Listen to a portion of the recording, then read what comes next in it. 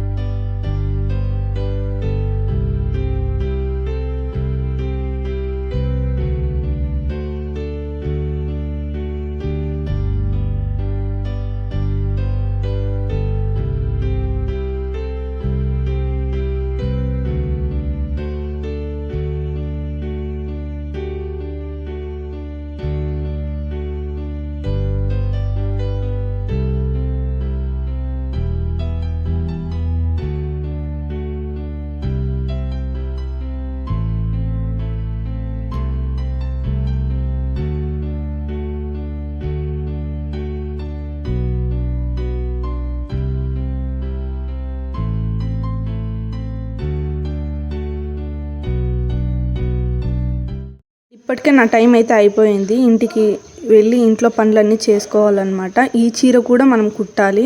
ఈ చీరకి ఆ లేస్ తీసుకొని వచ్చాను, సిల్వర్ లేస్. లేస్ అనేది శారీ మొత్తం కుట్టిన తర్వాత చూస్తే ఇంకా చాలా బాగుంటుంది.